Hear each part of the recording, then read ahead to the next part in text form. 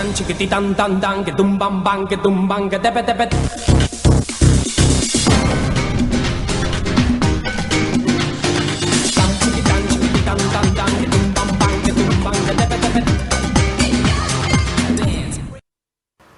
Heureux de vous retrouver, mesdames et messieurs. Bienvenue à ces nouveaux magazines Plateau d'honneur animé, présenté par le vôtre Bems Badjoko. Un grand merci à cette équipe dynamique de Congo Buzz Télévision qui permet à ce que cette émission soit super bien réalisée. Vous êtes en dehors de la République démocratique du Congo. Vous nous suivez grâce à notre chaîne YouTube et nos pages réseaux sociaux 42 000. Vraiment un grand merci à vous parce que nous faisons ensemble un travail des titans afin que tous nos réseaux sociaux ou encore cette émission puisse émerger comme il se doit. Un grand merci à mes amis de la technique qui permet que cette émission soit super bien réalisée. Plateau d'honneur, nouveau numéro, on aura à parler de la situation de la République démocratique du Congo, réorganisation du bureau de la CENI. Quelle analyse faire de toutes ces thématiques? Nous avons l'honneur de recevoir sur ces plateaux monsieur Kakebu Lindi, notable du Sud Kivu, précisément à Kaela. Avec lui, on va parler de l'actualité de la République démocratique du Congo. Bonsoir. Bonsoir, monsieur le journaliste. Bienvenue à ces nouveaux numéros de cette émission Plateau d'honneur. Ok, c'est un honneur pour moi d'être là. On va entrer directement dans notre vif des sujets. Quelle lecture faites-vous de la situation sécuritaire de l'Est de la République démocratique du Congo? Bon, je dois dire d'abord qu'il faut féliciter d'abord le chef de l'État parce que il y a plus de 20 ans, à peu près 30 ans, que les gens n'espéraient jamais voir la paix. Donc il y a eu vraiment un désespoir. Les gens pensaient que les pays voisins sont des pays qui devaient décider à tout moment dans notre pays et qui avaient les droits de tout léger, quoi. Donc il faut faire un petit rappel. À l'est de la République démocratique du Congo, on venait de perdre plus de 10 millions de personnes depuis la guerre de 94 jusqu'à aujourd'hui. Et ces Congolais sont perdus par moments dans un silence absolu ou dans une complicité extérieure. J'ai vu quelqu'un qui me disait dernièrement, il me dit, mais comment le président de la République n'est pas en mesure de mettre fin à la guerre du M23 alors qu'il a mis presque fin à cette guerre? Je me dis que la guerre à l'est de la République démocratique du Congo, ce n'est pas une question du M23. Ce n'est pas seulement le M23. Quand vous voyez le M23, derrière les bras grands du M23... Il y a des gens qui sont derrière le M23. Vous voyez les Rwandais...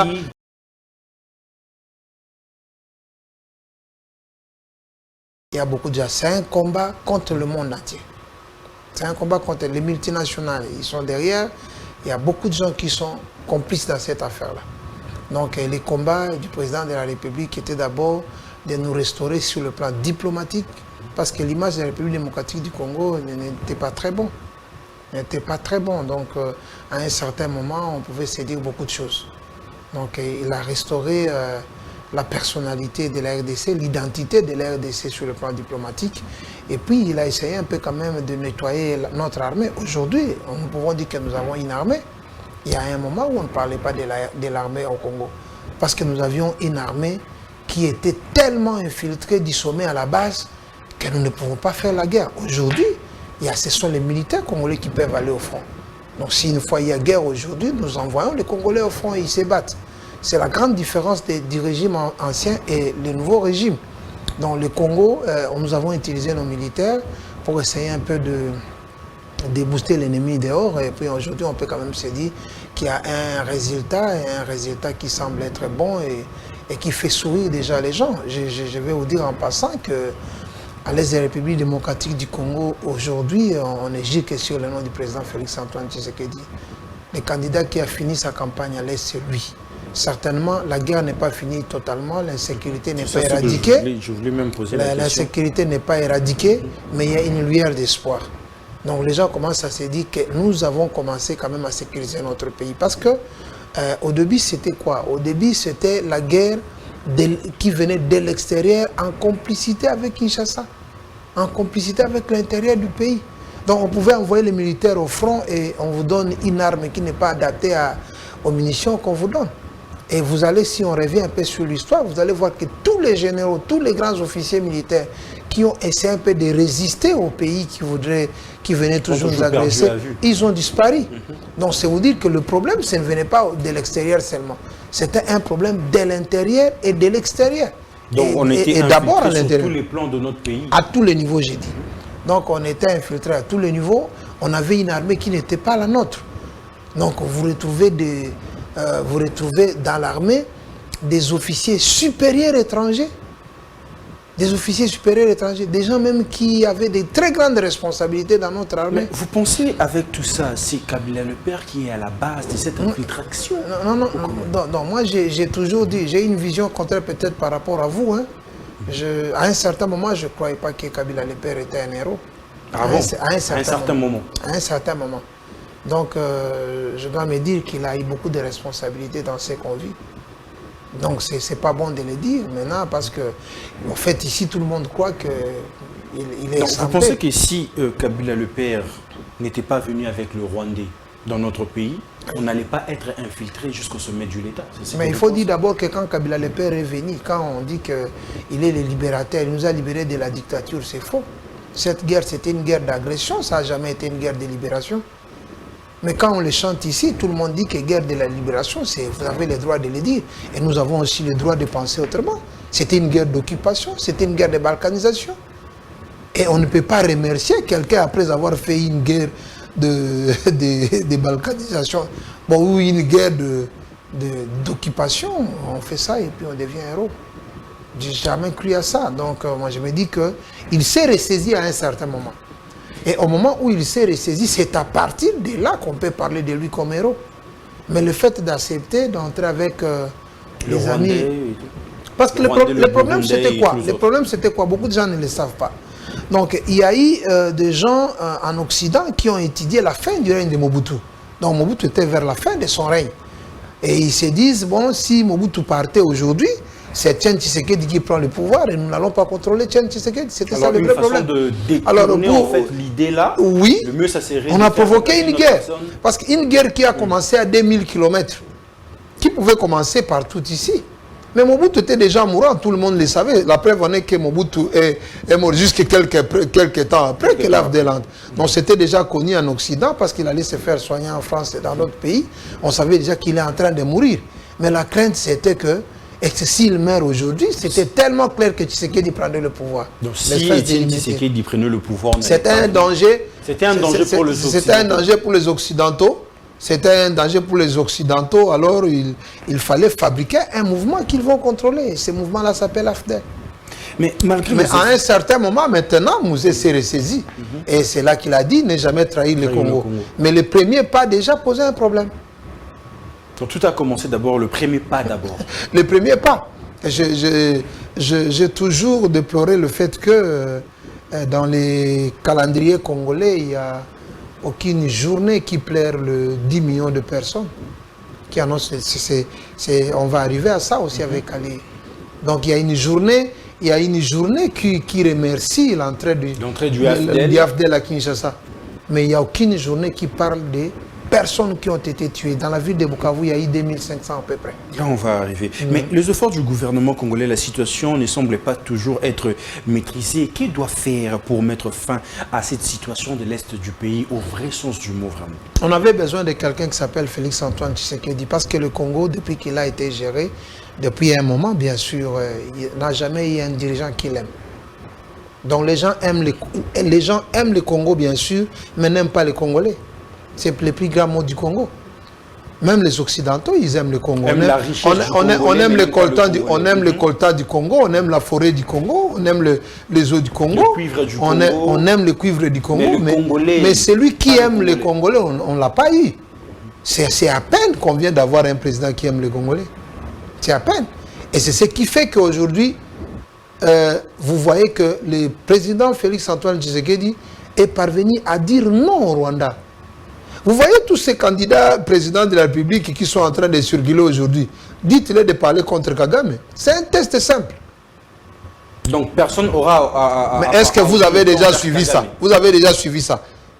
Mais demandez, je ne vais pas citer le nom des opposants ici, tels que vous les avez vus marcher ici. Dites à l'un d'eux, dites que Kagame est en train de tuer nos frères au Congo. Kagame amène la guerre au Congo. C'est l'exercice le plus difficile qu'ils ne peuvent pas faire. Mais pourquoi ça doit être l'exercice le plus difficile? C'est une complicité.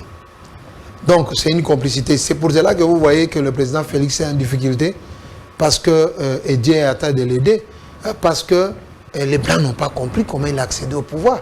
Leur carte qu'ils voudraient mettre sur la table, c'est pas ça. On pensait que c'est un monsieur qui vient qu'on va manipuler. Et à un certain moment, il a remué le nationalisme. Et je suis le seul qui sait pourquoi il a fait. Je peux vous donner cette petite révélation. En 2011, nous sommes avec le président Etienne Tshisekedi. Je ne savais pas que le président Félix c'est ça. Nous sommes avec le président Etienne Tshisekedi dans la ville de Bukavu. C'était pendant la période de la campagne électorale. Et nous sommes sur le mausolée de l'archevêque Muzirwa, qui était mort pendant la guerre de l'Afdel. Et devant le mausolée, devant la tombe de Muzirwa, j'étais à côté de Etienne Tshisekedi, et j'ai suivi les mots. Je suis parmi les rares personnes qui ont suivi ça. Etienne Tshisekedi qui dit, Monseigneur Muzirwa, vous êtes mort. On vous a tué parce que vous avez combattu l'adversaire. Parce que vous n'avez pas voulu trahir notre terre. Parce que vous êtes battu pour la sauvegarde des terres congolais et des Congolais. On vous a tué. Mais vous allez, que Dieu vous reçoive.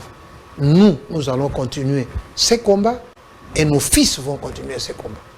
Ça, c'est un prophétiser en fait pour le non, je n'ai jamais cru comment ça s'était passé. Il dit non, ton combat que tu as commencé, nous allons continuer ces combats. Et nos fils. Et nos fils vont continuer ces combats. Jusqu'à obtenir les résultats. Et c'est ce qu'on est en train de vivre.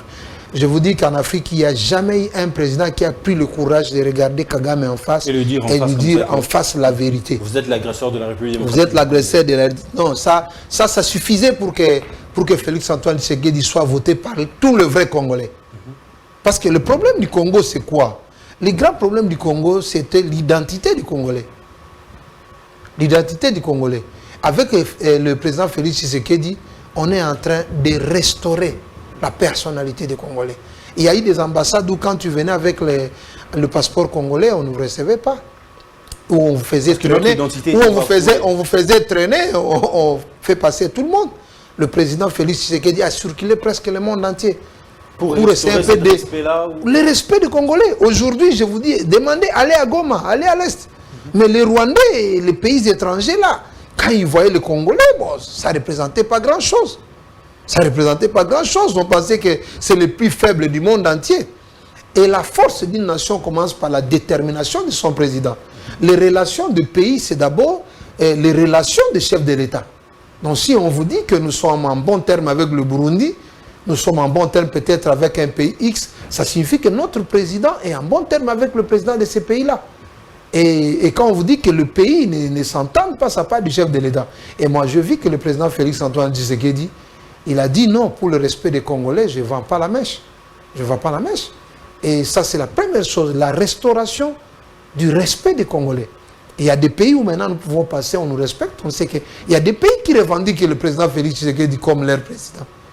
Oh. Mais oui, je vous dis, à l'Ouest Afrique, on vous dit, mais nous avons aussi besoin d'un Félix Tshisekedi ici chez nous. C'est parce que nul n'est prophète chez lui. Donc Antoine Félix Tshilombo vient de restaurer en fait l'identité. À Kinshasa, vous ne le comprenez pas mieux. Ah bon. Mais à l'Est de la République démocratique du Congo, ça se sent. On respecte aujourd'hui les Congolais. C'est pas seulement l'Est de la République démocratique. Non, j'ai dit, parce que la guerre n'est pas à Kinshasa aussi. La guerre, je vous dis que... Est-ce que vous savez qu'il y a des villes au Congo qui a été récupérée par 200 militaires étrangers, par 100 militaires, 150 militaires? On se disait que ça c'est un pays passoire, ça n'a pas de frontières. Donc tout le monde peut chacun peut venir et rentrer. Ce qu'il veut, ce qu'il pense, ce qu'il souhaite. Malheureusement, et c'est ce que nous avons vécu, en complicité avec nos généraux, nos officiers militaires. Mais aujourd'hui, on a mis fin à la récréation. Quelqu'un avait dit dans les temps qu'il mettra fin à la récréation, mais il prophétisait pour son successeur. Maintenant, aujourd'hui, il n'y a pas de récréation. Vous volez les vivres des militaires, vous êtes arrêtés. Vous faites disparaître les munitions, vous êtes arrêtés. Vous complotez avec l'adversaire, vous êtes arrêtés. Et là, ça ne tient pas compte de votre grade. Il y avait des hommes puissants à l'époque ici. Même quand vous êtes en train de marcher, si on vous dit tel général vient, vous êtes obligé chacun de rentrer chez lui. Il y a quelqu'un, c'est une blague que je vous dis, il y a un journaliste qui m'a dit que non, les manifestations aujourd'hui, c'est la pire dictature, comme c'est plus que même ce qu'on a vu dans l'État. J'ai dit, mais depuis que le président Félix est au pouvoir, vous pouvez me dire combien de gens sont morts dans les manifestations? Même les manifestations que vous décriez. Vous pouvez me dire, il y a eu combien de morts?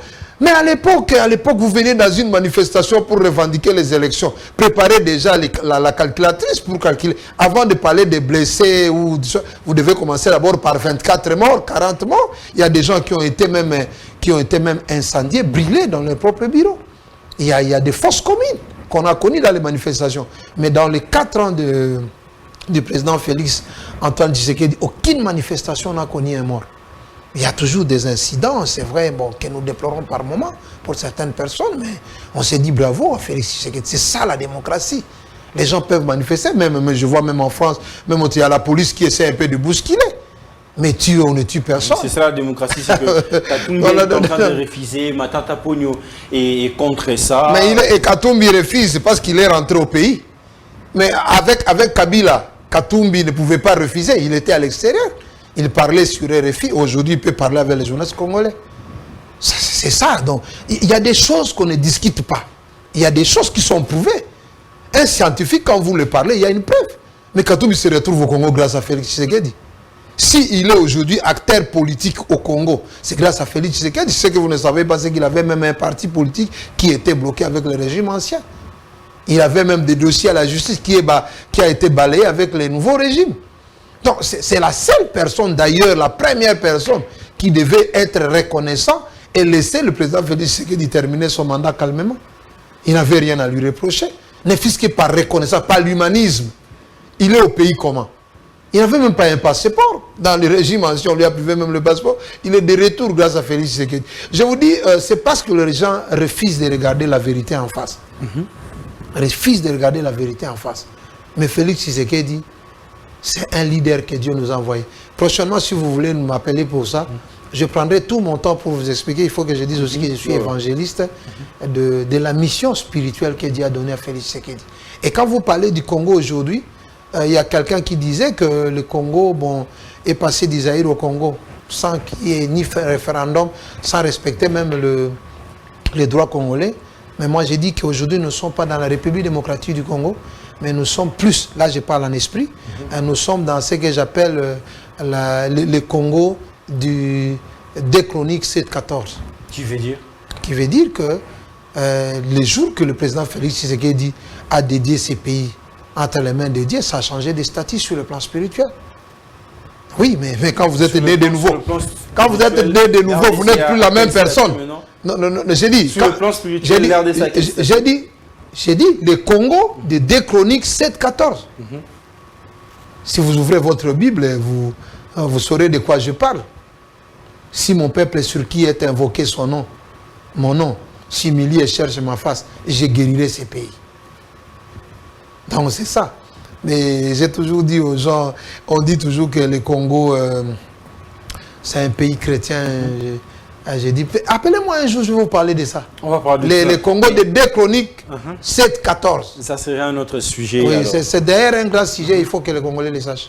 Mais je mérite d'abord qu'on puisse rester un peu focus à l'est de la République. La force régionale de l'AEC, la MONUSCO et bientôt l'intervention de la SADC même. Qu'est-ce que la RDC n'a pas fait pour sécuriser sa population? Non, vous savez, nous sommes dans un monde qui est en train de chercher à s'unir. Donc nous ne sommes pas dans un monde où on prend la division. Même nous, avec le pays voisin, on ne veut pas que nous restions divisés ou en conflit tout le temps. C'est pour cela que le président Félix a dit que nous n'avons pas de problème avec les Rwandais, mais avec les régimes du Rwanda. Donc, le régime du Rwanda qui est dirigé par... les régimes de Kagame. Donc, c'est ça, on ne peut pas refuser de se mettre avec les organisations de la sous-région du Grand Lac. Mais nous les observons. Et je vous dis, parmi les gens qu'on ne trompe pas, il y a Félix Tshisekedi. À un certain moment, tu vois, le FCC a pensé en train de tromper Félix Tshisekedi. Non, Bisson de Totia qui est... Cette chanson, on l'a beaucoup chantée. La chanson de l'EAC a commencé. Mais ne vous en faites pas. Il y a déjà des messages d'alerte. Il y a des messages d'alerte. Non, non, bisotozo géré. On a dit ça. On doit s'attendre aussi à l'autre côté là-bas. C'est qu'à l'Est, nous avons retenu que tout ce que le président Félix Tshisekedi peut faire pour l'Est, il le fait dans les bons. Parce qu'il a déjà montré la position du soutien de la population de l'Est. Et je continue à vous le dire. Là où le président Félix n'aura pas de la peine à battre campagne, c'est à l'Est. Je suis tenté même de croire qu'il aura plus de voix que même dans sa province d'origine. Restaurant La Paix là-bas, il est déjà en train de gagner. C'est un héros vivant. C'est même pas question de gagner, c'est un héros vivant. C'est un héros vivant. Je ne sais pas si vous savez combien de temps cette question sécuritaire a pris à l'Est. Nous sommes nés, et on a grandi, on est en train de vieillir dans cette situation d'insécurité. Messieurs les journalistes, je vous dis une chose d'abord. Est-ce que vous avez déjà vu une hystère de cadavres? C'est une question que je vous pose. Moi, je vis ça, à Goma. Est-ce que vous avez déjà vu? Moi, j'étais dans un quartier, Avenue Résidence, quand Moutéboussi est entré à Bukavu. On était en train de violer les femmes de maison à maison. Si aujourd'hui, on s'est arrêté à numéro 19, demain, c'est numéro 20. J'ai connu une famille, je ne sais pas, il se trouve où on a violé maman devant les enfants. Et on oblige aux enfants de regarder. C'est dire ce que je veux vous dire. Et à la fin de violer maman, on prend une arme, on met dans son appareil génital. Et on enlève les lames de rasoir de la poche pour couper les seins de maman. Et on est en train de tuer maman devant les enfants. Les gens ont connu ça. Les gens ont connu des officiers supérieurs qui ont fait la rébellion et que quand on a unifié le pays, les 5 milliers où ces gens ont tué papa, on prend la tête de ton père, on met sur une flèche, on circule avec ça dans la ville, dans la cité ou dans le village. Et c'est les 5 milliers où la même personne vient chef là-bas. À un certain moment, nous avons connu un règne où celui qui a beaucoup tué a le plus de pouvoir. Donc, nous avons connu un règne où plus tu es dans la rébellion, plus tu as la facilité d'accéder au pouvoir. On a connu ces gens-là, ces moments-là. Mais le président Félix a dit que c'est lui qui prend l'arme contre un Congolais. Il n'accède pas au pouvoir. On a connu un moment où pour infiltrer l'armée, il fallait commencer une rébellion et au final, ça se termine par un brassage ou par un mixage. On a connu. C'est là, moi, j'ai connu le mixage dans les studios, mais j'ai appris qu'il y avait un mixage militaire. Et on a connu ces choses. Ce qui a fait que nous avons connu, avec le mixage, nous avons connu une armée mixte. Une armée potage. Où on peut trouver les carottes, les pommes de terre, les céleri, plusieurs couleurs. C'est ce que le président ne fait pas pour... c'est ça le nettoyage qu'il a fait. Il faut être un Congolais étranger pour ne pas remercier ça. Vous savez, même quand on est opposant, à un certain moment, vous devez être sincère. À un certain moment. Je vous dis que tous ces opposants que nous avons là-bas, le test de nationalisme est simple. Dites seulement Moïse Katumbi condamne Kagame dans ses opérations, condamne le Rwanda et Kagame. C'est un test facile. C'est un test facile. Ne peut le dire que Félix Tshisekedi. Mais les autres, si vous dites non, prenez le courage de dire seulement Paul Kagame, tu as tué nos frères au Congo. Tu as tué nos frères au Congo. Tu as fait du mal à nos frères. Les opposants n'arrivent pas à crier haut et fort. Mais ils peuvent vous dire seulement qu'il y a guerre, nous condamnons la guerre, tout ça. Parlez de Kagame et de la RDC. Parce qu'il n'y a pas de secret. Il y a même des gens de la communauté internationale, des rapports même qui ont parlé de tout ça, sauf nos leaders. Et regardez bien, vous verrez quelque part, ce sont les leaders de Genève. Ce sont les leaders de Genève. Pour que vous compreniez qu'est-ce qui s'était passé à Genève, qu'est-ce qui était préparé à Genève, et Dieu a contourné ça pour nous donner Félix Antoine Tshisekedi. Ce sont les leaders de Genève. Quand vous leur posez la question, moi je les appelle l'association de Genève. Dites-leur de condamner ça. Et malheureusement, il y a des Congolais qui ont refusé de voir la vérité en face et de soutenir leurs frères. Parce qu'aujourd'hui, le Congo est en guerre contre certains pays voisins, contre certains occidentaux. Et en moment de guerre, on ne devait pas avoir une guerre interne. en moment de devait guerre, être en communion, tous les opposants devaient monter à l'OIA pour dire à Félix Tshisekedi, bon, c'est vrai, bon, on continue notre opposition, mais en ce qui concerne le problème du M23, en ce qui concerne l'agression des pays étrangers, doit tous mettre la main dans la nous pouvons quand même parler ensemble. Quel est cet opposant qui est parti rencontrer Félix Tshisekedi pour parler de la situation sécuritaire? Donc chacun voit son intérêt personnel en fait pour accéder au pouvoir. Ils sont loin d'aimer le peuple congolais. Aujourd'hui, les gens ont pensé qu'il y a des partis politiques qui sont conçus pour des intérêts économiques et pour des intérêts de protection des richesses. Si moi j'ai déjà 400 maisons au pays, j'ai déjà 50 entreprises, la meilleure façon pour moi de sécuriser mes biens, c'est d'accéder au pouvoir. C'est d'accéder au pouvoir.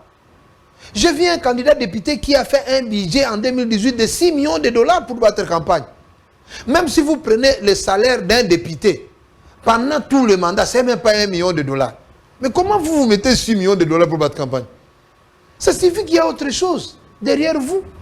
Ce n'est pas le siège que vous cherchez.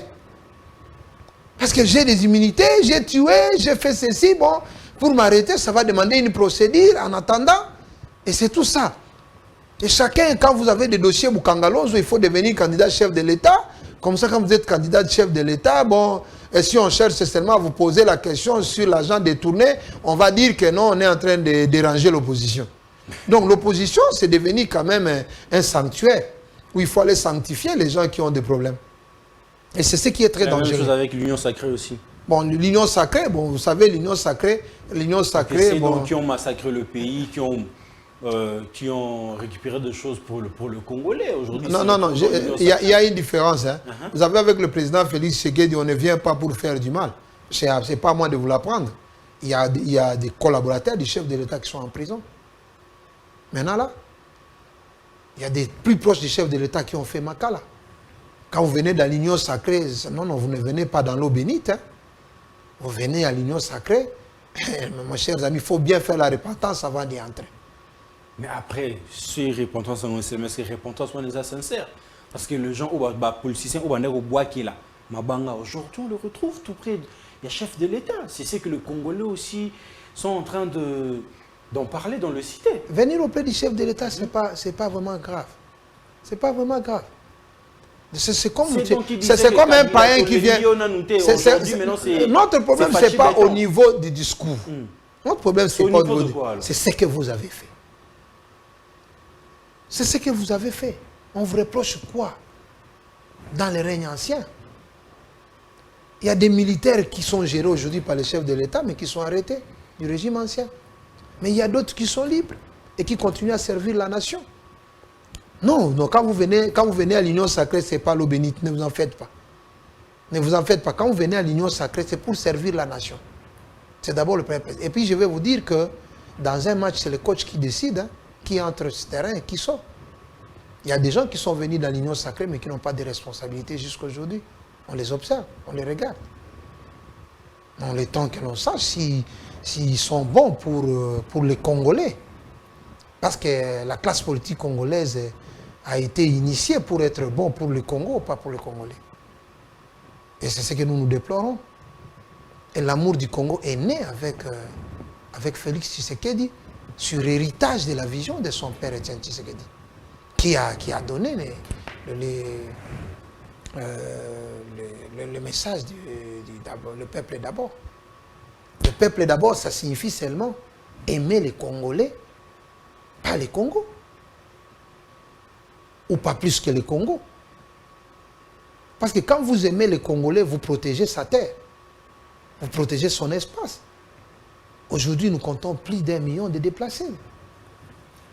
Il y a des gens qui sont... Et à un certain moment, avec un coup d'abattoir, on était à 4 millions de déplacés dans ces pays. Et les gens dormaient tranquillement ici. 4 millions de mouvements, de populations. Dans les régimes anciens, allez vous renseigner sur le nombre de réfugiés que le Congo a connus. Jusqu'aujourd'hui, à Kampala, il y a des camps de réfugiés. Au Rwanda, il y a des camps de réfugiés partout. Et les Congolais voyagent chaque jour en Europe. Ils sont en train de fuir la terre promise.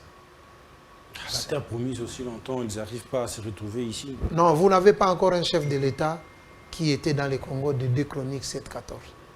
Là, Maintenant, là, il y a à manger, à boire, il faut. Non, vous savez, approprié pour en parler. Oui. Vraiment, je viendrai sur ça. Je vous dis que je reviendrai pour expliquer. Quand vous voudrez, je vous dis que un pays qui est dédié entre les mains de Dieu, je viendrai vous l'expliquer. Aucun pays au monde ne peut le gagner. Israël n'a perdu aucun combat. Hein. Aucun. Même si on prenait tous les pays voisins contre... Je vous dis, si vous pouvez... Bon, il y a des choses qu'on ne sait pas dire. Il n'y a pas un président qui vit l'insécurité du jour au jour, comme le président Félix-Antoine Tshisekedi. Ah bon? Oui, il a vécu, vous le savez mieux. Mais personne ne peut les toucher parce qu'il est sous la protection divine. Personne. S'il y a un président sécurisé, c'est lui. Donc, je ne vais pas vous apprendre, je ne sais pas vous êtes de quelle génération, que ces pays avaient été dédiés dans les mains de Satan. Demandez, nous avons des vidéos de Sakombi et les autres qui en ont parlé. Il y a des traces. Mais quelqu'un... faut faire le pacte avec le diable, pour ouais, ce pays, on le fera. On le fera. Mais la sécurité n'est pas venue avec. Mais quelqu'un dit, moi je fais pacte avec Dieu. Et il a dédié le pays. Le seul chef de l'État en Afrique qui s'est mis à genoux, non, je ne vais pas, qui s'est mis à genoux pour imposition de main des pasteurs, c'est lui-là. Et vous voyez vraiment un humain comme ça gagner celui-là dans les combats. Même aux élections, il faut déjà s'imaginer que les élections se passent d'abord dans l'invisible puis dans le visible. Voilà, parlons de la situation humanitaire de Calais. Oui. Comment analyser cette situation et que faire pour résoudre le problème humanitaire dans le territoire de Calais? C'est un scandale. C'est un scandale. Je n'ai pas compris l'homme congolais, comment il fonctionne, mais Dieu va m'aider à le comprendre. S'il y a massacre à Béni, c'est tous les opposants qui y vont. Quand il y a massacre à Béni, parce qu'ils savent qu'ils auront un discours à donner après ça. Ils vont dire, oh, voilà, il n'y a pas de sécurité au pays, c'est comme ça qu'on est en train de tuer. Si c'était nous, on aurait dû être là. Je déplore et je pleure toujours mes frères de Béni. Mais tantôt c'est 10 personnes, c'est 20, c'est 100 personnes, ce sont les Congolais, nous pleurons et nous regrettons. Tantôt c'est 100. Tantôt c'est 200, c'est 300 personnes. Bientôt, 40... Mais à Calais, c'est plus de 5000 morts. Plus de 5000 morts à Calais. Plus de 5000 morts. Aucun opposant ne fait allusion à ça. Les gens sont prêts à venir marcher, manifester. Pendant qu'il y a 5000 morts à Calais, les gens sont prêts à résister ici. Pendant qu'il y a 5000 morts à Calais, je me dis, ça fait la honte de nos leaders. De nos leaders politiques. Ah oui, à l'exception de Félix Tshisekedi, qui a posé un geste et qui continue à poser des gestes. Il y a des choses qui devaient unir les leaders congolais. Nous devons savoir Comme ce drame de Calais. Oui, nous devons savoir que l'opposition n'est pas l'inimitié. C'est différent. Etienne Tshisekedi est parti au deuil de Mobutu quand, si je ne me trompe pas, c'est... Il est parti au deuil. Il y a des moments où on ne peut pas... D'abord, nous sommes en deuil. Nous n'avons pas fait le 40e jour. Pas encore. De ce qui s'est passé à Calais, du drame de Calais. Un drame que le Congo n'a jamais connu. Peut-être... Mais pourquoi personne n'en parle en fait? En fait, parce qu'il ne s'agit pas de la guerre. Parce que de l'autre côté, on sait qu'il y a Denis Mukwege qui est là, c'est un grand leader. Ça nous fait la honte. Mais qu'est-ce qui se passe? Ça nous fait la honte. Ça nous fait la honte. On essaye même pas d'en parler. J'ai comme impression que les gens passent quand on est président de la République. On lui laisse tout le fardeau et on ne vient qu'à les juger. L'opposition en Europe et partout ailleurs fait même des propositions au chef de l'État. C'est ça le rôle même de l'opposition à l'Assemblée. Vous dites que ne gérez pas comme ça, mais nous on a une autre proposition pour faire les choses comme ça. Les opposants ne sont pas des ennemis du pouvoir. Bon, nous avons un drame comme ça. À quelques mètres ou à quelques kilomètres de Calais, il y a un grand monsieur comme Denis Mukwege, qui a même des ambitions présidentielles, si vrai ou faux, mais nous avons entendu quand même des choses comme ça, mais qui n'y est pas arrivé. Je vous dis qu'il y a plus de 2000 femmes mortes à Calais. Plus Plus de 2000 femmes. Vous savez, le journalisme, bon, vous, quand vous parlez comme juriste, hein, parce que vous avez une communication des juristes, vous parlez de 600 morts et plus de 3000 ou 4000 disparus. Le Premier ministre était là pendant qu'on était en train de déterrer les gens. J'ai vu de vidéos, j'ai eu mal. Mais oui. Donc, on vous dit, vous appelez disparu quelqu'un qui est entré dans les poteaux déjà 3 semaines, déjà 2 semaines. Quelqu'un qui est allé qui se trouve dans le lac Kivu. Déjà 2 semaines. Il est disparu. Au fait, quand on parle de disparu, ça réduit un peu le choc. Non, les gens pensent qu'on va peut-être le retrouver encore. Monsieur, je vais vous dire, je ne sais pas si c'est en Turquie ou dans quel pays. C'est pas en Turquie, c'est d'autres armées. Où il y a un avion qui a connu un accident avec 4 morts et 2 enfants disparus. Je ne sais pas si vous avez suivi ça, mais c'est l'actualité du monde. C'est l'actualité du monde. C'est l'actualité du monde. Alors que chez nous, là, nous avons 5000 morts. Je refuse d'appeler des disparus. En fait, le problème, c'est nous. Maintenant, comment? Parce qu'on a les journalistes eux-mêmes sur la table pour essayer vraiment d'en parler. Les journalistes eux-mêmes, les grandes chaînes que nous connaissons au Congo, comme le vôtre, mais les journalistes eux-mêmes n'en font pas allusion. Donc, il n'y a pas des émissions spéciales pour parler de cette situation qu'il y a là-bas. Le Premier ministre venait d'arriver là. La seule personne qui est allée là-bas, c'est seulement le Premier ministre. Non, le Premier ministre est arrivé. Il y a eu quelques personnes aussi qui sont arrivées, comme le ministre Roubota, bon, et certains, on peut compter à bout de doigts ceux qui sont arrivés là-bas. Batil Kwebo est d'ici Kivu, il n'est pas arrivé. Vital Kamerhe est d'ici Kivu, il n'est pas arrivé. Imaginez quand Batil Kwebo va à Calais. Je m'excuse, c'est que ça peut donner. C'est le monde entier qui va en parler. Denis Mukwege, quand il arrive là, il déplore ce qui se passe là. C'est le monde entier. C'est RFI, c'est tout le monde qui va bouger. Donc, je ne vais pas parler de Vital Kamerhe parce que Vital Kamerhe, c'est une icône d'ici. On peut tout nier sauf ça. Mais pour certains, ils ont pensé qu'il fallait envoyer un peu d'assistance. Ils ont envoyé leur assistance. Mais chez nous en Afrique, mais quand moi j'aide, vous m'assistez, c'est une chose. Mais quand vous venez compatir avec moi. Et ce que nous sommes en train de déplorer, c'est que nous sentons que beaucoup de gens ont refusé de compatir avec nous. Je vous apprends que le chef de l'État, que je salue et que je remercie, Félix Antoine Tshisekedi, déjà la semaine prochaine, en tant qu'un citoyen congolais, est en train d'envoyer son assistance. Et quand il est arrivé au pouvoir, il est parti à Calais dans un drame similaire. Et là, on parlait de 300 morts. Aujourd'hui, nous sommes à plus de 5000 morts. Et je vous dis que l'enveloppe du gouvernement qui est envoyée à Calais aujourd'hui reste à vérifier. Mais nous avons les images. Nous avons parlé avec la société civile à Calais. Au lieu de donner 2 500 000 francs aux victimes, on a donné 466 000 francs. Mais je me demande qu'est-ce qui se passe au fait. Il y a des enfants sous la belle étoile. Il y a des parents. J'ai vu une fille qui a perdu 102 personnes. 102 personnes. De sa famille. J'ai une liste de sa famille. J'ai une liste des étudiants, plus de 200 étudiants. J'appelle aux gens de bonne foi. Aux gens de bonne foi. Ici, nous connaissons des gens comme Abbé Dachou. Nous connaissons même les grands artistes de cette ville, de ces pays, comme Fali Poupa et autres, qui ont assisté des gens en détresse. Nous lançons nos cris à tout le monde, aux gens de bonne foi, même aux églises. Même aux églises.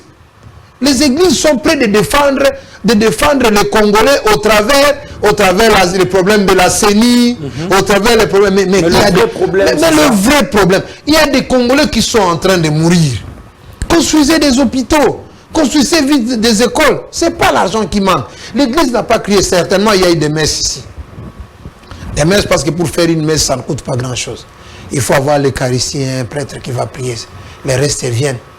Mais mon frère, la population qui est morte là-bas, depuis que nous sommes au Congo, on n'a pas connu un drame de 5 000. Aujourd'hui, il y a des familles qui sont dehors, qui ne savent pas là où mettre leur tête. Je vous dis, il y a des enfants leur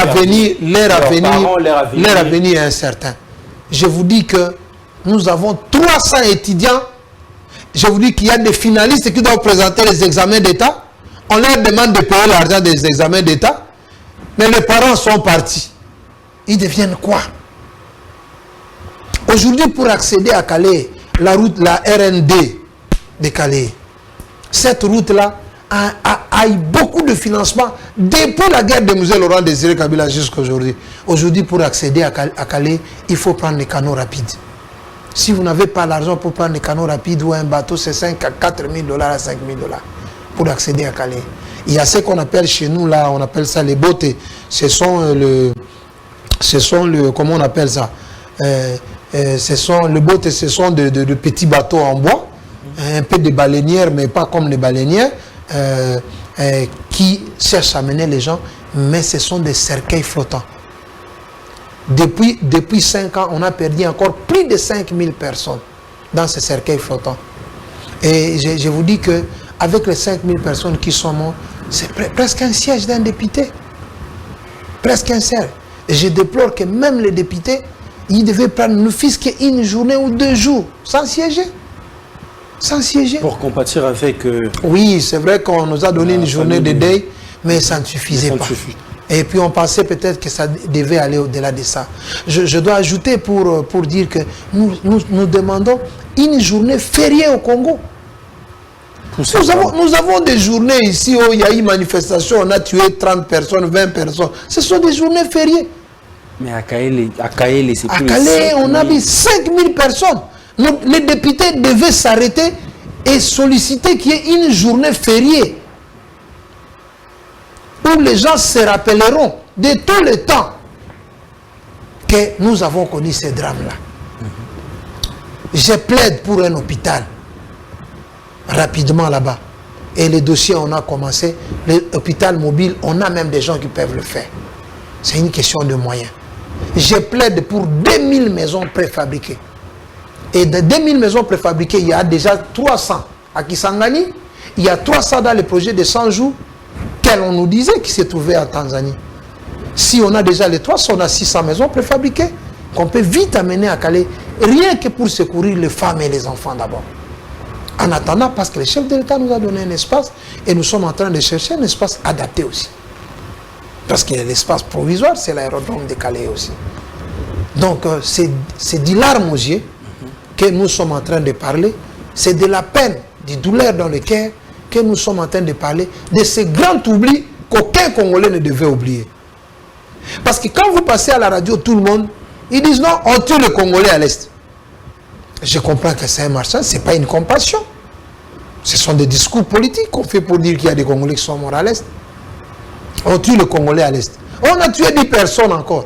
Mais mes chers amis, si c'était vraiment de l'amour et de l'attachement à l'Est, mais qu'est-ce qui signifie que les grands journalistes de Kinshasa ne sont pas partis là-bas? Qu'est-ce qui signifie que dans les journaux ici, ça ne reste pas d'actualité au quotidien? Qu'est-ce qui signifie que la société civile à Kinshasa n'organise pas un deuil où on met un livre d'or, où chacun peut venir ici, au siège de la société civile? On devait quand même organiser un deuil au 40e jour et le livre d'or où les gens viennent écrire. Mon frère, à Calais, il y a des pierres de 4 tonnes, de 2 tonnes sur les cadavres de nos frères. Il y a 3 villages qui ont disparu. À Calais, plus de 2500 maisons ont coulé avec les drames. Et ça fait la honte quand il y a 2500 maisons parties et que vous parlez qu'il y a 600 morts. C'est de la méchanceté. Certainement, on parle des disparus. Mais les chiffres réels sont connus. Il y a plus de 5000 morts à Calais. Cette vérité doit sortir. Même quand vous voyez RFI parler, on parle non, 600 morts et plusieurs disparus. Non, non, non, non, non. Ça, c'est les droits. Nous acceptons, c'est le journalisme. Nous acceptons, mais il y a 5000 morts. Il y a 5000 morts avec ces drames de Kaele. En tout cas, RDC, Izakaka Kinshasa, RDC, Izakaka Kisangani, Izakaka Lubumbashi, parce que RDC, Izalipé Est, RDC, Izapé Bakongo, RDC, Izapé Kaele. Parce que situation où il y a Kaele, il y a plus de 5000 ans. 5000 morts. 5000 morts. Et les rescapés sont en train de vivre dans les arbres sous la belle étoile. Sous donc les bandas et tout. Donc, ils ont un drame où tout le monde doit compatir. Voilà la raison pour laquelle on est en train de toquer partout. À Bedacho, vous êtes une personne. Il y a des références. Il y a référence et tout. On souhaiterait vraiment, il y a un peu Missou, côté Akaele Kuna. Artistes comme Innocent, Bafali, pour pas tout ça, en tout cas. Ça ferait pas. Je ne voulais même pas que tu touches à ça. Nakamouekoutou qui est Innocent vient de là. Innocent vient de là. J'ai suivi une émission de la place ici, où Innocent m'a surpris de dire qu'il avait les liens familiaux avec le Bahavu. Les Bahavu, c'est le peuple qui venait de mourir. J'ai vu Innocent dans le volcan qui a failli amener les gens à Goma, à construire des maisons. Mais là, nous sommes à 5000 morts. Et puis je vous dis que le volcan, c'était 120 morts. Mais là-bas, c'est 5000. Nous sommes à 5000 morts. Innocent n'a même pas fait passer un message. Ne fût-ce que prendre les micros. Parce que moi, je dois remercier votre chaîne, infiniment d'ailleurs.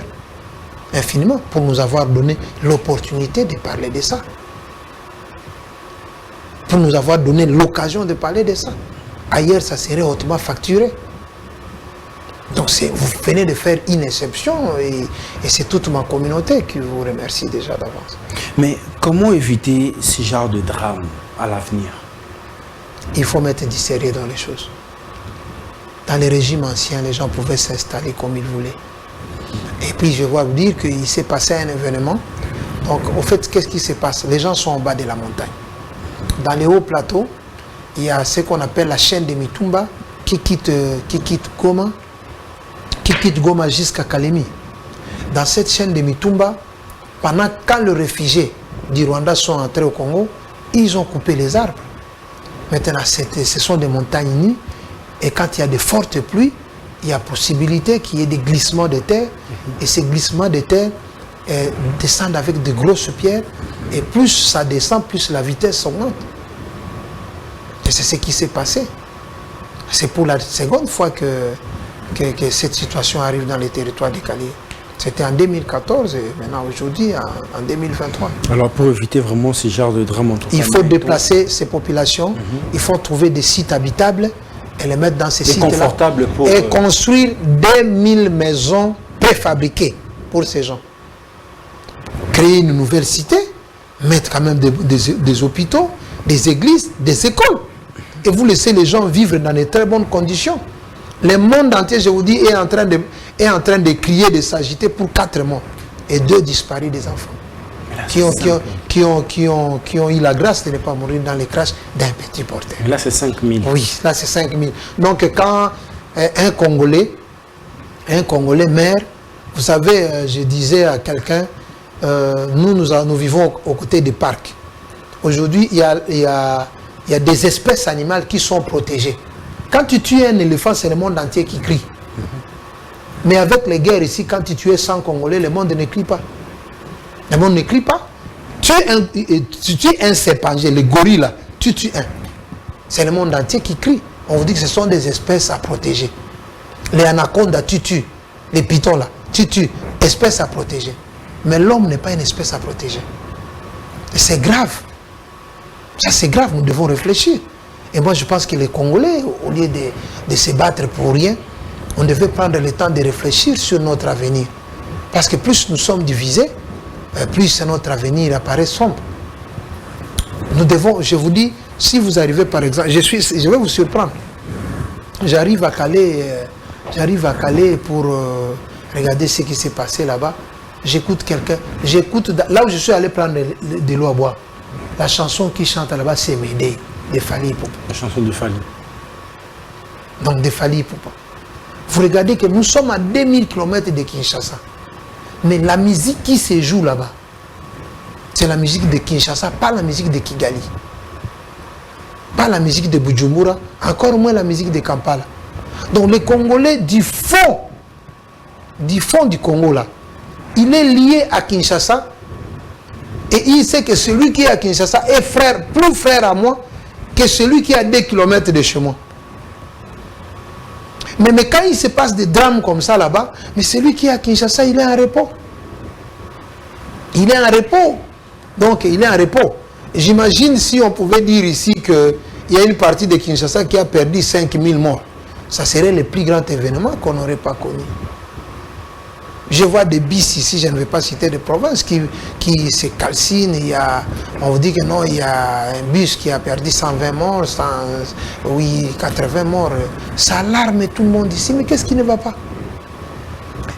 Et il y a des leaders qui vont aller battre campagne là-bas, qui ont leur parti politique là-bas. Qui ont leur parti politique là-bas.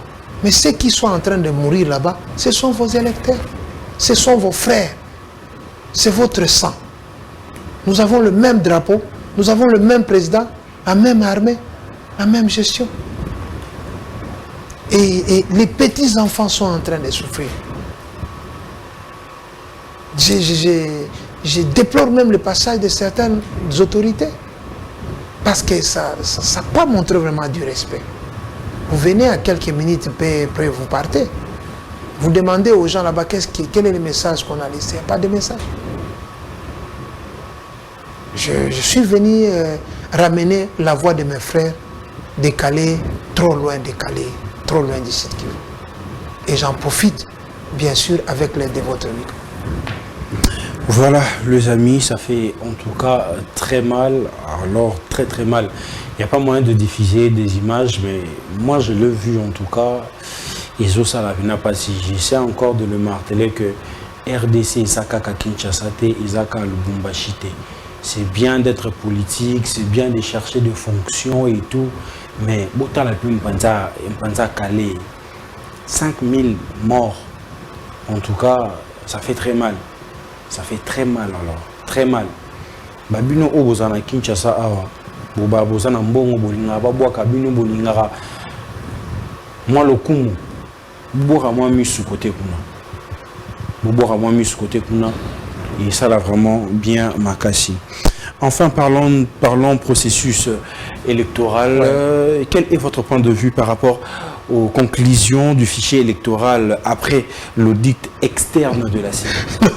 Je voudrais d'abord, quand vous dites d'abord après l'audit externe, je voudrais parler d'abord de l'enrôlement. Je ne sais pas si vous avez les statistiques des sièges. Moi, j'en ai ici. Et je pouvais peut-être, je pense qu'on n'a pas tout le temps de vous lire. Quand nous avons commencé l'enrôlement, parce que je dois préciser que je suis pro-Fachi. Quand nous avons commencé l'enrôlement, il y a des leaders dans ces pays. D'abord, avant de commencer l'enrôlement, il y a des leaders dans ces pays qui ont dit que les plans du président de la République, Félix-Antoine Tshisekedi, étaient de glisser 2 ans. Je ne sais pas si vous avez déjà été au courant de ça. J'ai vu même des gens qui ont tenu des points de presse sur ce discours-là. Que non, Hazan a aidé à organiser l'élection. Au point où ils ont été relayés même par le Rwanda. Oui, non. Et Kagame qui va même dire que non, ils ont l'élection, d'ailleurs, qu'on a un projet pour organiser l'élection. Bon, parce que je vous ai dit qu'il y a des alliés de Kagame dans ce pays. Donc, ils sont politiques aussi. Très politiques d'ailleurs. Très politiques. Je vous ai donné un test simple. Un test simple.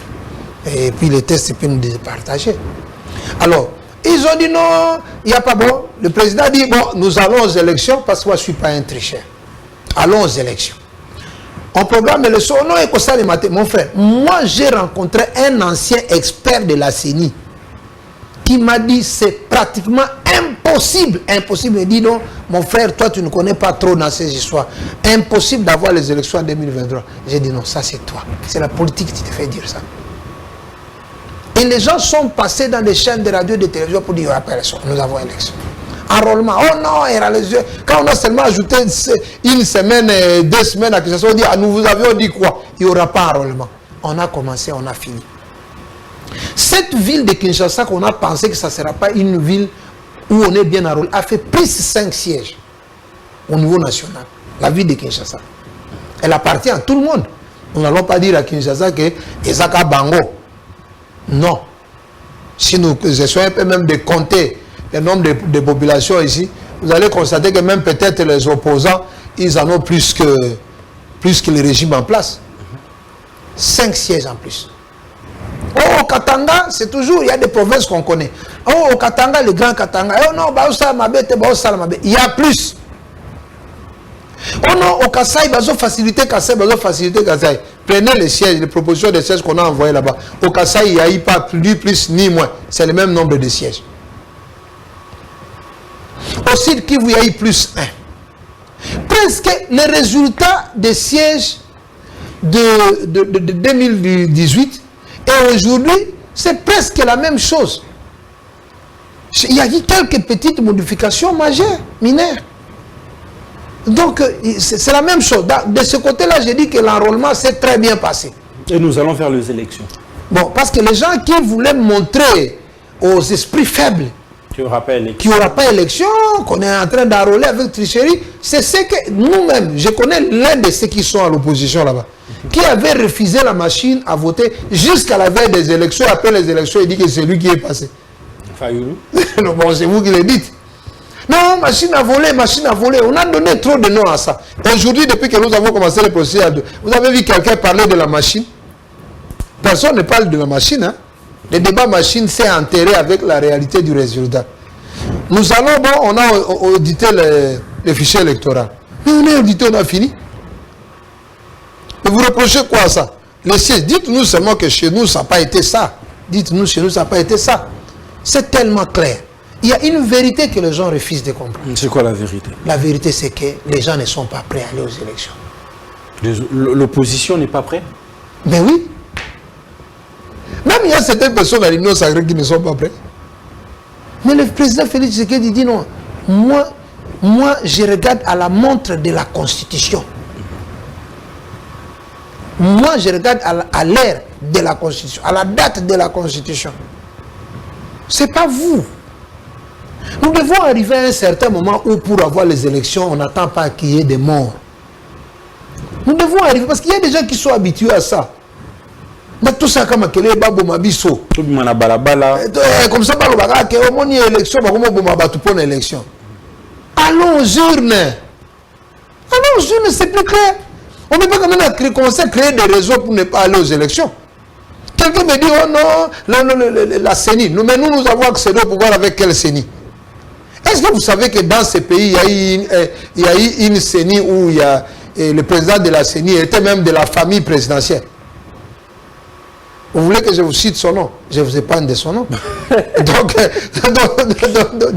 donc mes chers amis, la CENI qui nous a donné le pouvoir, on ne peut pas quand même arriver au niveau où vous regardez le visage de quelqu'un pour être président de la CENI ou pas, ou vous regardez les origines de quelqu'un.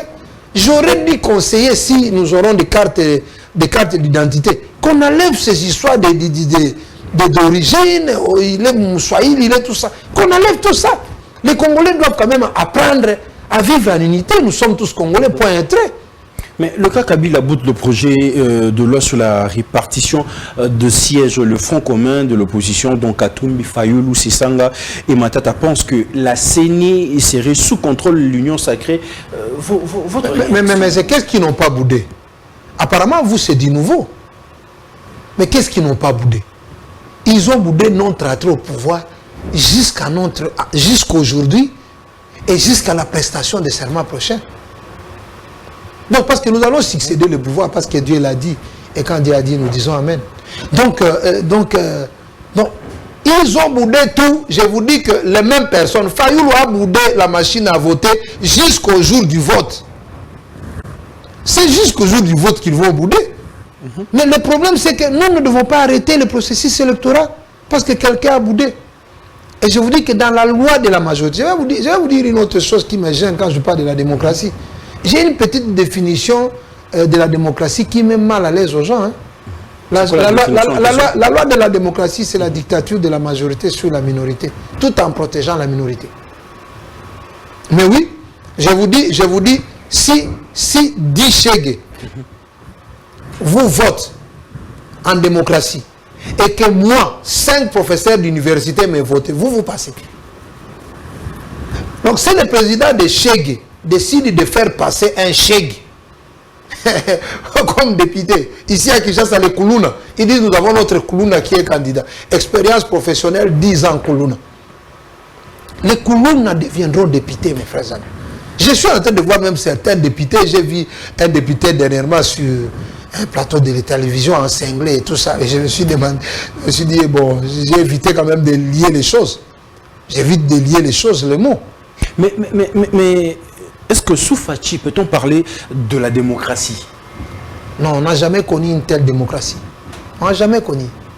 5 ans. 5 ans, les gens sont autorisés de manifester. 0 mort. Je vous dis qu'à l'époque de Kabila, souffrez que je revienne à l'Est parce que j'ai fait un combat de 14 ans et c'est moi qui ai initié l'opposition au Sud Kivu. Je suis le créateur, l'initiateur de l'opposition contre Kabila. J'ai été arrêté 10 fois. Je vous dis que chez nous là-bas, il était pratiquement impossible, même en période d'agression, que vous organisez une manifestation de la ville jusqu'à la frontière rwandaise. Vous allez compter après le nombre de personnes tuées, les arrêter et tout ça. À Goma aujourd'hui, les gens sont en train de marcher, 20 000 personnes, vous allez jusqu'à la frontière rwandaise, vous rentrez, 0 mort, 0 arrêté, 0 disparu. Parce qu'à Kinshasa, il y a eu des manifestations de disparus. Il y a des gens qui ont disparu ici. Aujourd'hui, là, non, nous, à notre temps, là, on vous dit que 1-23 fait la guerre, vous vous mettez en train de manifester. Mais il y aura un prix à payer pour ça. Mais pourquoi les revendications? Alors moi, je vous dis, c'est pour ça que moi, je vous dis que cette démocratie que nous sommes, c'est parce que nous ne sommes pas habitués à ça. Et nous ne sommes pas habitués, parce que la notion de l'opposition, c'est un peu la rivalité au Congo. Mais quand on sera sincère, avec la démocratie, non, il y a un jour où nous allons dire qu'il y a eu un père de la démocratie qui s'appelle Étienne Tshisekedi qui l'a revendiqué et c'est son fils. Mais pourquoi les revendications des opposants ne sont pas prises en compte? Pourquoi? Mais nous prenons en compte. Nous prenons en compte. Je vous donne un exemple. Entre violer la Constitution pour renvoyer les élections, violer la Constitution qui est passée dans un référendum de tous les Congolais, dans toutes les provinces, dans tous les territoires, et répondre à un vœu d'un opposant. Vous me proposez quoi? Vous me proposez quoi? Allons aux élections. Ces revendications-là, ce sont des revendications juste pour freiner la marche des élections. Et je vous dis qu'il y en a même. Il y a même des bruits de guerre qui commencent à naître. C'est maintenant dans les frontières de Kinshasa où on entend des bruits. C'est maintenant je ne sais pas où. C'est maintenant, je ne sais pas peut-être si vous avez déjà entendu ça. On est en train d'attendre les bruits même de la renaissance du M23. On commence à attendre ça parce que tout le monde se dit, même les présidents des pays agresseurs, ils se disent, si le monsieur passe encore pour 5 ans, c'est fini pour nous. On doit chercher une formule pour bloquer la machine. Mais cette formule-là, dans la RDC de 2 Chroniques 14, que vous rappelez toujours. Non, je vous dis, ça ne passera pas. Nous sommes déjà à la fin. Qu'est-ce qui justifie l'arrestation du conseiller de Katumbi, monsieur Salomo? Oui, ce sont purement des questions sécuritaires. C'est purement des questions sécuritaires. Ça n'a rien à voir avec la politique. Les gens peuvent se victimiser, mais la sécurité d'État, on ne joue pas avec. Quand vous êtes opposant, mais il y a des choses sur lesquelles on ne joue pas. Mais la façon dont il a été arrêté, est-ce que ça devait passer de cette façon? Ça dépend de la faute et du danger que vous présentez. Si vous ne présentez aucun danger, mes chers amis, vous avez vu quand on est allé, et je ne vais pas citer des gens ici, bon, je n'aime pas ça, il y a des grands leaders quand vous voulez les arrêter, des leaders, parce que lui n'est même pas grand leader. Je ne sais même pas s'il est leader.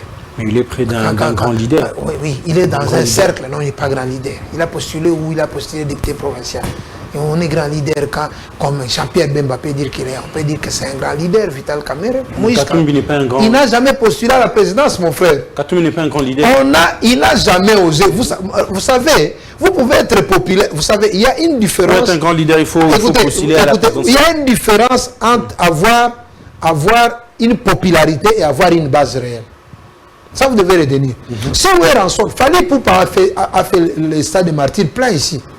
Vous pensez que si Fally Ipupa postule ici, il aura le stade de choses, de martyrs dans les urnes? Vous pensez à ça? Non, il y a des gens qui fanatisent Moïse Katoumi parce qu'ils sont fans de Mazembe. C'est comme moi, je suis fan de Real. Ça n'a rien à voir avec la vie politique. Non. Les jours qu'il va postuler comme chef de l'État, nous saurons ce qu'il pèse. Je sais au moins que, je peux le dire, que c'est un bon candidat député national. Pas président. Non, il n'a jamais osé. Il n'a jamais osé. Je ne vais pas rêver ici. Nous avons vu des gens qui ont postulé comme président de la République et qui ont eu moins de 10 000 voix. Et qui ont fait trop de bruit ici. Nous sommes déjà à la fin, monsieur. Donc je ne sais pas si vous comprenez. Il y a eu un problème qui va vers la sécurité nationale. J'estime que c'est ça. Et que cette question-là, on ne joue pas. On ne joue pas. On ne joue pas. La Constitution même protège beaucoup un pouvoir légal. Quand les gens parlent de l'article 64, ils ne lisent pas ça très bien. On ne joue pas avec un pouvoir légal. Donc, quand vous êtes élu, la Constitution prévoit aussi des mécanismes pour vous protéger pendant vos 5 ans. Nous sommes à la fin de cet entretien. Votre dernier mot et surtout un message à la population du territoire de Calais.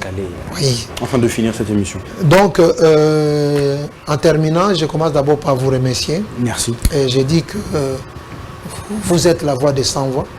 Ceux qui n'ont pas pu parler, vous leur avez aidé de parler.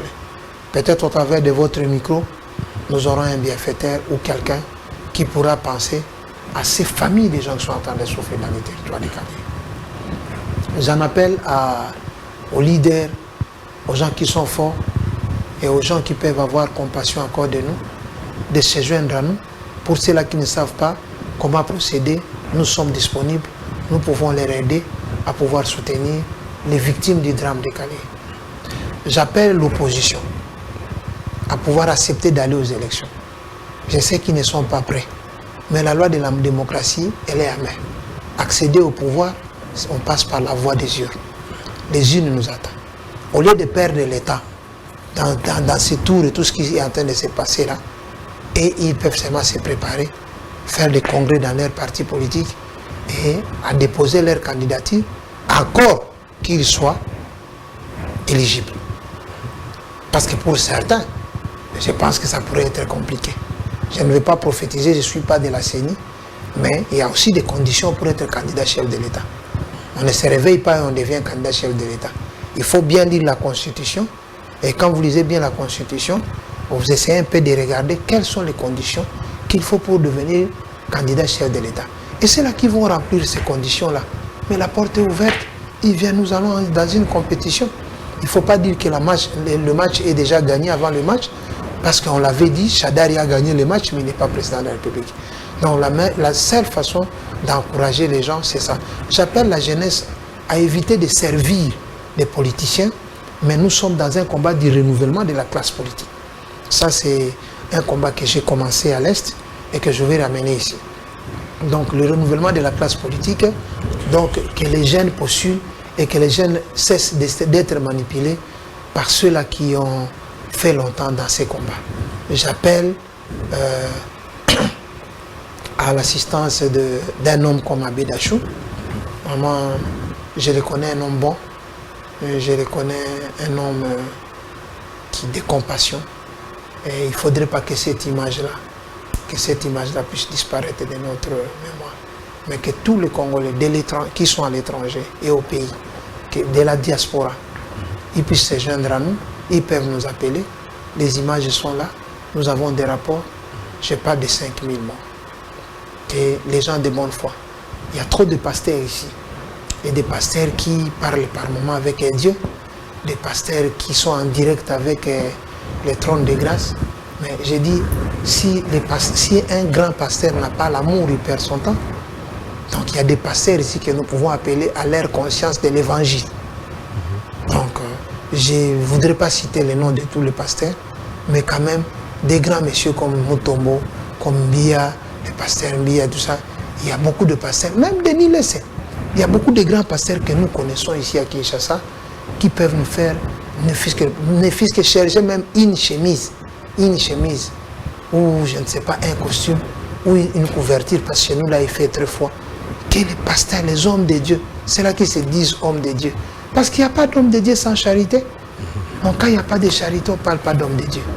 Et c'est là qui ont leur parti politique, qui iront chercher les électeurs là-bas et se réveiller pour assister cette population qui est abandonnée à elle-même, cette population qui semble être oubliée, et les gens veulent gagner le temps pour faire oublier ça.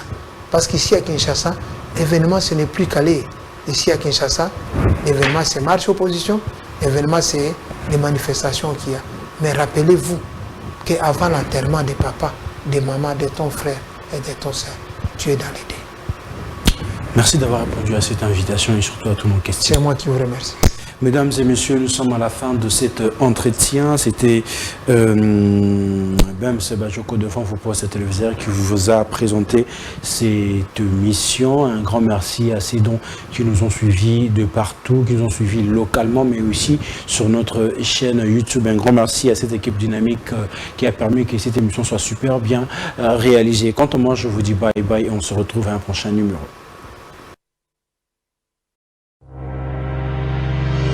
Chiquititan, chiquititan, tan, tan, que tum bam bam, que tum bam, que tepe tepe.